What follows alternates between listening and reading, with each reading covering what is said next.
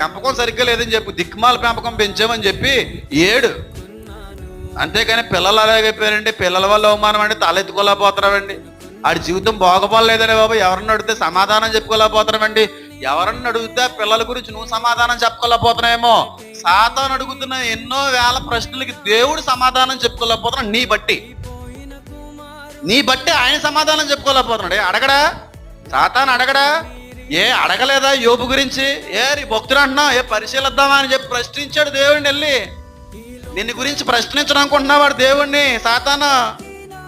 నువ్వు లోకం అడిగేటువంటి మాటలకు నువ్వు తలెత్తుకోలేకపోతున్నాయేమో. నీకు రక్షణ అందించిన పాపానికి సాతాను ముందు దేవుడు తలెత్తుకోలేకపోతున్నాడే. నీ గురించి ఆలోచించు, నీ బండారం ఏంటో ఆలోచించు, నీ బతుకేటో ఆలోచించు, నీ బుద్ధి ఏంటో ఆలోచించు, తర్వాత పిల్లల గురించి ఆలోచించు. నువ్వు ఎలాగున్నావు ఆలోచించు. నీ గురించి దేవుడు తలెత్తుకునేలా ఉన్నాడా?